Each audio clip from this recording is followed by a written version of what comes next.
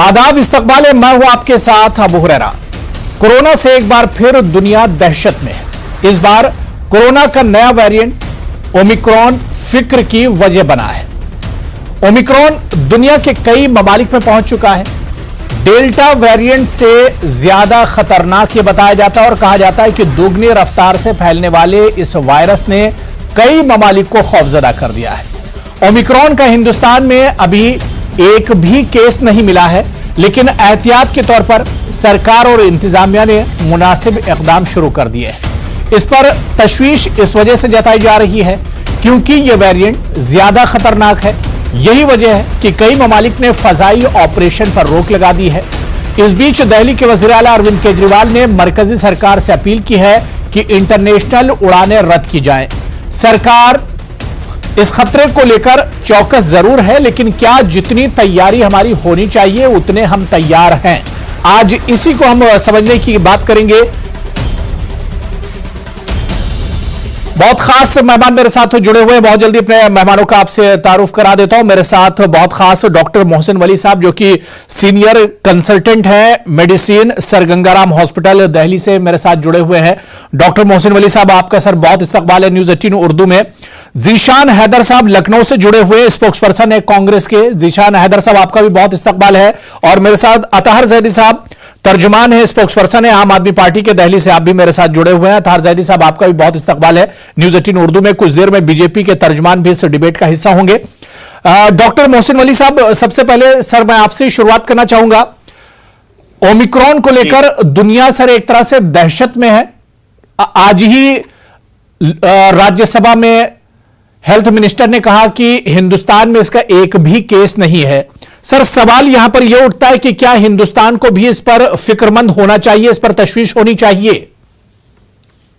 जी, मैं उम्मीद करता हूं मेरी आवाज आप तक आ रही है। जी जी सर, मैं सुन पा रहा हूं। जी जी, ये बहुत अच्छा जुमला आपने बोला। पूरी दुनिया इस वक्त फिक्रमंद है। तो हम भी दुनिया का क्योंकि एक अच्छा हिस्सा है और बड़ा हिस्सा है और आबादी हमारी बहुत अच्छी है, घनी है, तो इसमें यही है कि ये बहुत ही नया वायरस आया है। और इस वायरस के आने के साथ साथ इसके बारे में ये पेंडेमिक विद इन पेंडेमिक अगर हम इसको कहें ये अच्छा होगा कहना, और ये नोन अननोन कहें तो भी अच्छा होगा कि ये इसका तारुफ अभी पूरा नहीं हो पाया है और इसमें खतरनाक तारुफ हुआ है जो अब तक हुआ है। इसकी तरफ से जो इसका सर है वायरस का, जहां से चिपकता है, जिसको हम इसको जो स्पाइक कहते हैं, स्पाइक प्रोटीन कहते हैं, उसके अंदर वेरिएशन हुए हैं और एक नहीं दो नहीं 32 जगह वेरिएशन हुए, 32 सीक्वेंसेस वेरिएशन हुआ है। इसके अलावा जो बहुत कम लोगों ने बात की है, कम चैनल्स ने बात की है, इसमें इसके अलावा एक फ्यूरिन क्लीवेज है। फ्यूरिन क्लीवेज इसको और ज्यादा जहरीला और खतरनाक बनाने में, उसका में एक जगह की जगह 2 जगह वेरिएशन हुआ है जी। इसके अलावा इसमें एंड टर्मिनल एक होता है जो इसके चिपकने में मदद करता है, जो ह्यूमन बॉडी के सेल्स जिसकी हम हमेशा बात करते हैं, इस रिसेप्टर्स जहां ये वायरस जाके चिपकता है, उसके बीच में जो उसमें मकनातीसी असर है उसको बढ़ाता है। तो ये बहुत ही गंदा कॉम्बिनेशन है, बहुत खराब कॉम्बिनेशन है और बहुत नुकसानदेह कम्युनिकेशन है, जो इसकी लीथैलिटी को, इसकी मारक जो इसकी कैपेसिटी है उसको बढ़ाता है। और हमारे पास इसका डेटा नहीं है। इसलिए नहीं है कि मैं अच्छी बात बताऊंगा, साउथ अफ्रीका ने बहुत जल्दी से WHO को इसका तारुफ करा दिया कि भाई ये नया मेहमान आया है, इसकी देखिए क्या करना है। और WHO ने भी इस बार बड़ी मुस्तैदी दिखाई कि सुबह को उन्होंने इसको वेरिएंट अंडर मॉनिटरिंग रखा और शाम तक उन्होंने इसको वेरिएंट ऑफ कंसर्न बना दिया। तो लुबेलुबाब ये है कि इससे जो मरीज साउथ अफ्रीका में देखे जा रहे हैं उनकी कंडीशन अभी खराब नहीं है कि उनमें बहुत ज्यादा मौत हुई, लेकिन आपका प्रोग्राम बिल्कुल वक्त पर है और ये एहतियात, सावधानी, प्रिकॉशन और बहुत ही जिसको शदीद दर्जे की एहतियात कहते हैं उसकी तरफ इशारा करता है। क्योंकि 15 दिन लग जाएंगे इसकी जीनोमिक स्टडीज आने में और ये स्टडीज होने में के टीके पर, दवाओं पर और ये हमारी इम्यूनिटी पर किस तरह असरअंदोज होता है, तब तक ये बहुत ज्यादा फैल चुका होगा। अभी भी हमारे पास जो रिकॉर्ड्स हैं उसमें ये 3-4 जगह इंडिया में भी आ चुका है, लेकिन अभी ये वो लोग आए हैं जो शहर से आए हैं। जी। वायरस के बारे में अभी कोई कंफर्मेशन नहीं है। आज अभी आपने बयान की बात की, स्वास्थ्य मंत्री ने, हेल्थ मिनिस्टर ने पार्लियामेंट में खड़े होकर बहुत साथ बताया है कि इंडिया में अभी ऐसा कोई केस नहीं है, लेकिन 4 जगह ऐसे लोग जा चुके हैं, 4 शहरों में, चंडीगढ़ है, बेंगलुरु है, बॉम्बे है, और दिल्ली होते हुए भी वो जो बॉम्बे का, महाराष्ट्र का जो पहला पैसेंजर गया है। तो ये एक्सपोजर तो हुआ होगा, लेकिन मैं बहुत एहतियात के साथ ये कह रहा हूं कि ऐसा कोई प्रूफ हमारे पास नहीं है कि ये जो नया वायरस है उसकी वजह से हुआ है ओमाइक्रॉन। और ये बहुत एहतियात का पहलू, इसमें सबसे ज्यादा जो एहतियात का पहलू है वो जो कोई बात करता है वो मैं बात करता हूं। मैं ये कहता हूं इससे भी बड़ा वायरस हिंदुस्तान में भीड़ वायरस है, क्राउड। तो भीड़ को अवॉइड करना इस वक्त की बहुत शदीद एहतियात है, और वायरस से बचने के लिए मास्क लगाना शदीद एहतियात है। और हम लोग शादियों में देख रहे हैं, लोग को मुसाफे कर रहे हैं, वो मौके कर रहे हैं, ये बिल्कुल नहीं करना है। इसकी मौलाना से भी मैं दरख्वास्त करूंगा कि वो लोगों को तरगीब दे कि ये सुन्नतें हैं। नहीं, बिल्कुल बड़ी अच्छी बात। मैंने डॉक्टर साहब इसी वजह से काफी टाइम आपको दिया, आपने बहुत तफसील से चीजें रखी, इस पर हम आगे भी मोहसिन वली साहब बात करेंगे। मैं जल्दी से डिबेट पे जो मेहमान मेरे साथ जुड़े हुए हैं उन्हें भी जोड़ लेता हूं। मैं जीशान हैदर साहब आपके पास आना चाहूंगा। जीशान हैदर साहब, क्योंकि जो मामला है, जो इशू है, इस पर तो डॉक्टर और एक्सपर्ट से बात होनी चाहिए, लेकिन थोड़ा सा मामला पॉलिटिक्स से भी जुड़ जाता है, क्योंकि पिछली बार हमने देखा था दूसरी लहर और पहली वेव जब आई थी, उस वक्त अपोजिशन ने कहा था कि अपोजिशन की बात नहीं सुनी गई और सरकार को जिस तरह से तैयारी करनी चाहिए थी, फुल प्रूफ तैयारी सरकार नहीं कर पाई थी। इस बार फिर से खतरा सामने खड़ा है। क्या लगता है कि सरकार संजीदा है इस पर?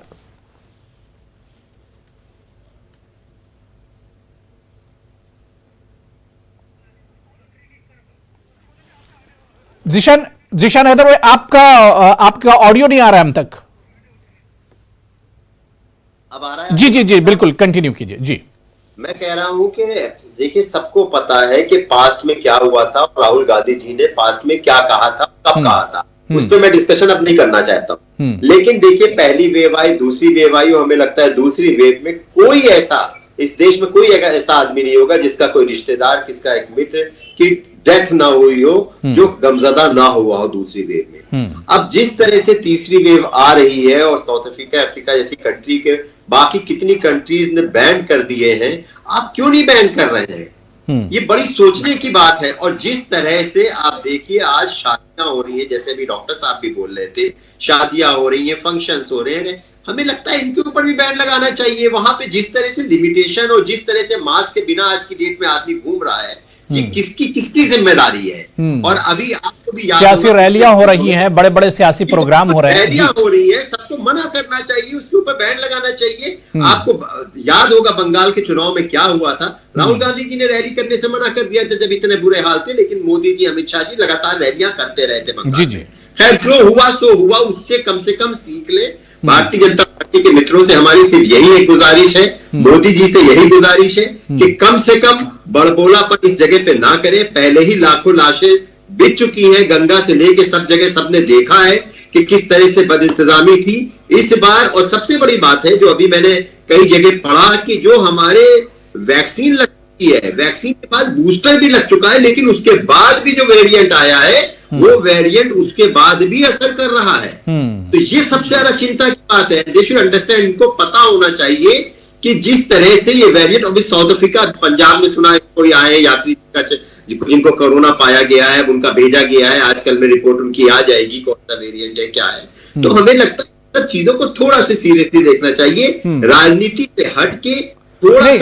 सरकार को बिल्कुल अभी से तैयारी होनी चाहिए, और जाहिर सी बात है कि सरकार के साथ अपोजिशन भी अगर जुड़ जाए और मिलकर इसके लिए तैयारी की जाए, तो और भी आसानी से ये जंग हम जीत सकते हैं। मेरे साथ इस वक्त BJP spokes person Vikram Bidhuri भी जुड़ चुके।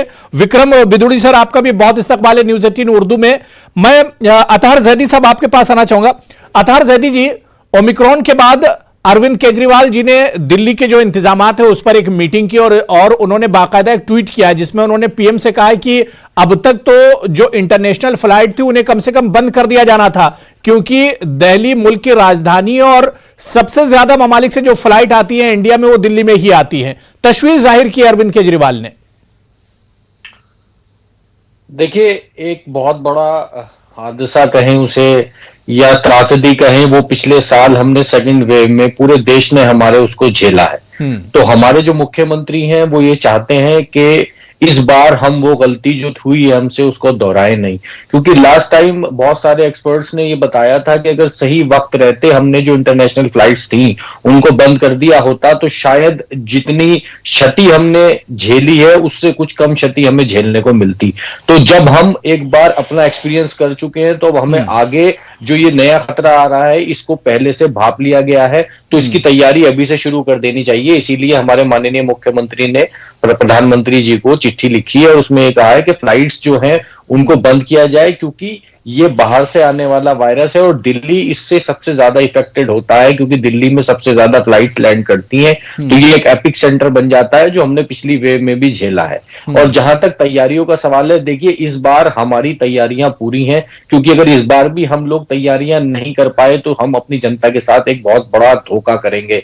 पिछली बार हमने 25,000 ऑक्सीजन बेड्स अपने तैयार किए थे, इस बार हमने 30,000 किए हैं। 10,000 हमारे आईसीयू बेड्स रेडी हैं, 6800 हमारे अंडर कंस्ट्रक्शन है जो हमारे 1 महीने के अंदर रेडी हो जाएंगे। इस बार हमने एक नई चीज दिल्ली के अंदर ये शुरू की है कि हमारे 272 म्युनिसिपल वार्ड्स हैं दिल्ली के अंदर, हम हर वार्ड में 100 बेड्स का इंतजाम कर रहे हैं, जिससे 27,000 बेड्स हमारे इमरजेंसी के लिए तैयार हो जाएंगे। 32 किस्म की ऐसी मेडिसिन पिछली बार हमने देखी जो कोरोना में बहुत ज्यादा जरूरी है, जिनकी शॉर्टेज थी, उनका हम 2 महीने का स्टॉक जो है उसको हम अभी से तैयार कर रहे हैं कि 2 से 3 महीने का स्टॉक हमारे पास सरकार के होना चाहिए। टैंक्स की जहां तक बात थी, पिछली बार हमें बड़े दिक्कत हुई कि हमारे पास टैंक्स नहीं थे। सरकार हमसे कह रही थी आप वहां से ऑक्सीजन उठा लाइए, वहां से ले आइए, लेकिन हमारे पास टैंक्स नहीं थे। तो 15 नए टैंक्स हम लोग ले रहे हैं और हमने ऑक्सीजन को स्टोरेज करने के लिए 442 मैट्रिक टन और स्टोरेज करने के लिए एक टैंक तैयार किया है, जिसमें दिल्ली के अंदर हम बिल्कुल तैयारी के साथ साथ जो मरीज हैं और जो मुतासिर हैं उन्हें वक्त पर अगर इलाज मिल जाए तो मेरे ख्याल से ये सबसे अहम चीज होती है। सरकारें दावा तो जरूर करती हैं, तैयारियां भी करती हैं, लेकिन वक्त पर इलाज अगर नहीं मिलता है तो फिर तमाम चीजें वो बेकार हो जाती हैं। मेरे साथ बीजेपी के स्पोक्स पर्सन अभी नहीं जुड़ पाए, मैं डॉक्टर मोहसिन वली साहब आपके पास आना चाहूंगा। सर, एक चीज पैनल में से एक सवाल ये उठा था कि जो वैक्सीनेशन अभी तक हो रहा है, ओमिक्रॉन जो अब नया वेरिएंट आया, इस पर यह वैक्सीनेशन हो सकता है काम ना करे, अभी हो सकता वाली बात है सर, इस पर क्या बहुत इसका बहुत अच्छा बहुत अच्छा मैं एक्सप्लेन कर दूं।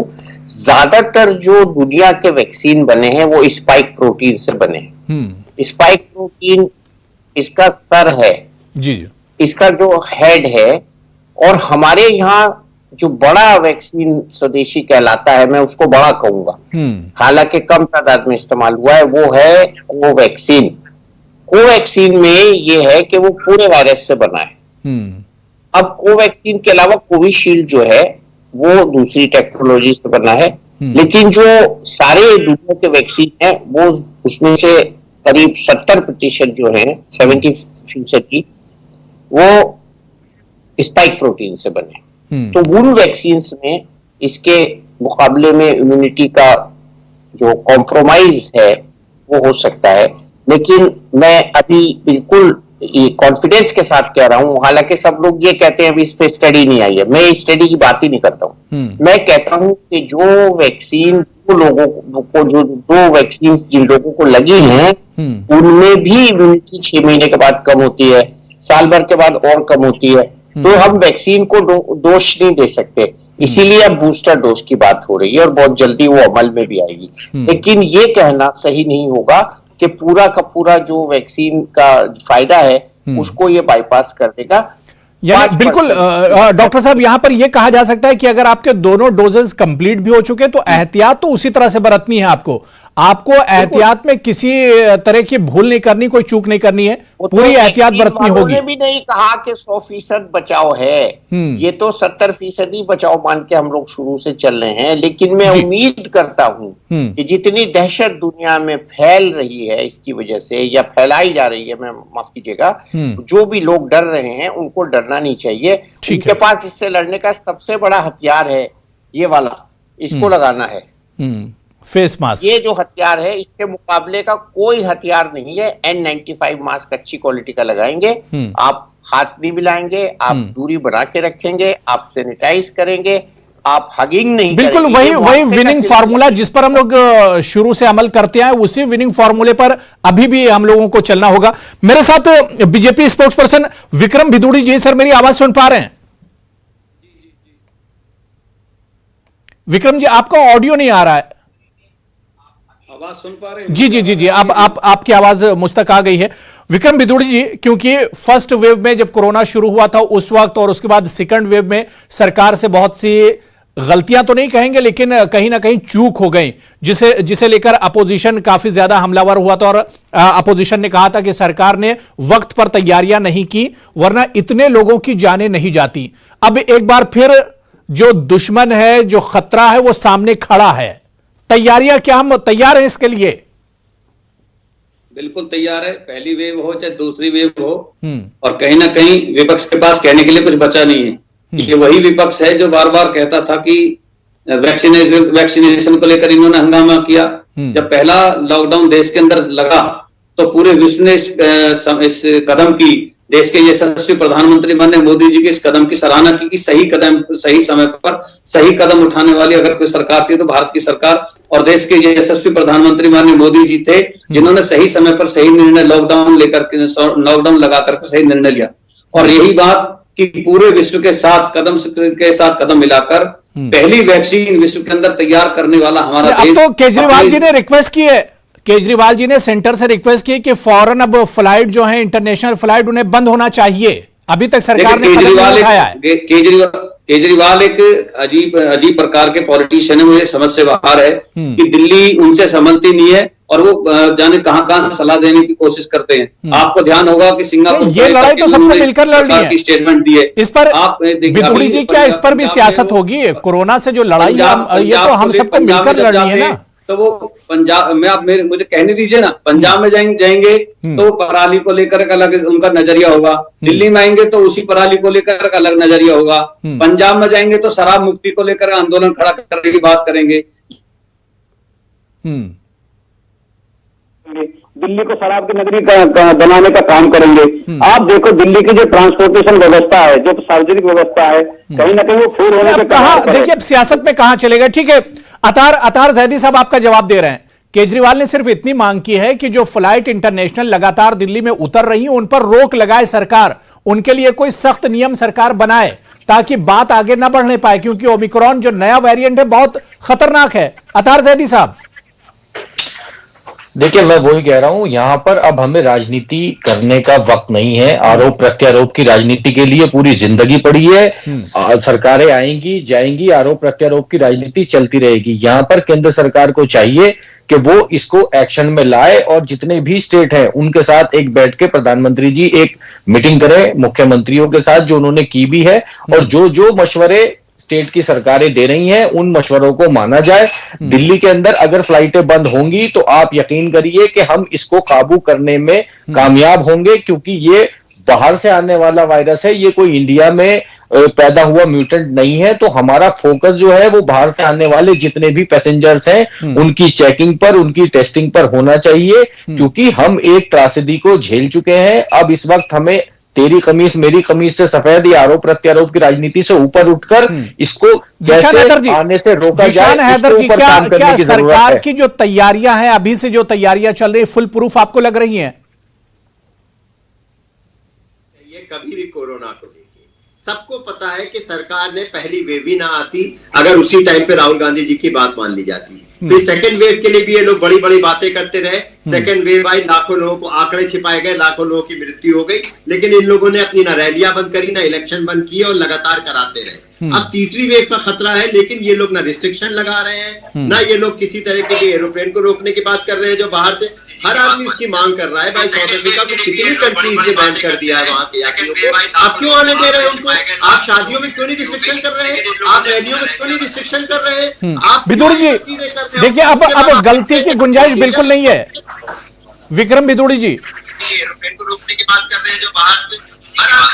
मैं देखिए, 130 करोड़ के देश में विश्व के अंदर सबसे ज्यादा वैक्सीनेशन का अगर काम किसी ने किया हो देश के यशस्वी प्रधानमंत्री माननीय मोदी जी के नेतृत्व में भारत के अंदर हुआ है। ये वही विपक्ष के लोग हैं, मैं इनकी संतुष्टि के लिए नहीं बोल रहा हूँ, लेकिन देश के लोग भली भांति जानते हैं कि किस प्रकार के देश के प्रधानमंत्री जी ने 80 करोड़ लोगों को फ्री राशन लेकर के घर में ही उनको सुरक्षित रहने के लिए जो पहल की थी वो किसी से छिपी हुई नहीं है। देश के 130 करोड़ लोगों को अब जो खतरा है इसके लिए फुल प्रूफ तैयारी करनी होगी, क्योंकि अपोजिशन भी यही बात कर रहा है कि ये सियासी इशू नहीं है, इस पर तो सबको मिलकर कोरोना के खिलाफ लड़ना है। तो ऐसे में अपोजिशन, सरकार सभी मिलकर जब लड़ेंगे तभी हम जीत हासिल कर सकते हैं। मोहसिन वली साहब, सर 30 सेकेंड, क्या कुछ एहतियात करने होंगे, क्योंकि 2019 से ही हम लोग लगातार एहतियात कर रहे हैं, लोग कह रहे हैं कब तक ये मास्क हम पहनेंगे, सांस लेने में भी लोगों को परेशानी हो रही है, तो क्या किस तरह की एहतियात बरतनी होगी सर, बहुत मुख्तसर में? बहुत मुख्तसर में आज ही हमारे हेल्थ सेक्रेटरी साहब ने बताया है जी कि हमको इसको सीरियसली लेना है, क्लस्टर म्यूटेशन है और हमको precaution is a big word, precaution लेनी है। इसमें जो लोग बाहर से आ रहे हैं उनकी पहचान, उनकी टेस्टिंग, उनको आइसोलेट करना, उन्होंने 7 दिन का होम क्वारंटीन रिकमेंड किया है। उनके जो इंडोर रह रहे हैं घर में, हमारे हिंदुस्तान में हमारे बासिंदे हैं, उनको हमको डबल वैक्सीन करना है और डबल वैक्सीन करके रखना है। और इसके अलावा जिन लोगों को 2 वैक्सीन में इंटरवल बढ़ गया है उनको भी फौरन घर घर दस्तक प्रोग्राम बनाया हुआ है, जाके वैक्सीनेट करना है, मास्क का इस्तेमाल करना है। और जिन लोगों को बिल्कुल, यानी पहले से ज्यादा अब मोहतात रहने की जरूरत है। कोरोना खत्म नहीं हुआ था, बल्कि कोरोना अभी भी जिंदा है, लेकिन कोरोना पहले से ज्यादा चालाक, पहले से ज्यादा खतरनाक है। इस वजह से हमें भी पहले से ज्यादा मोहतात रहने और एहतियात की जरूरत है। बहुत बहुत शुक्रिया डॉक्टर मोहसिन वली साहब मेरे साथ जुड़ने के लिए। जीशान हैदर साहब, विक्रम भिदुड़ी जी और अतहर जैदी साहब, सभी का बहुत बहुत शुक्रिया डिबेट में जुड़ने के लिए। आदाब।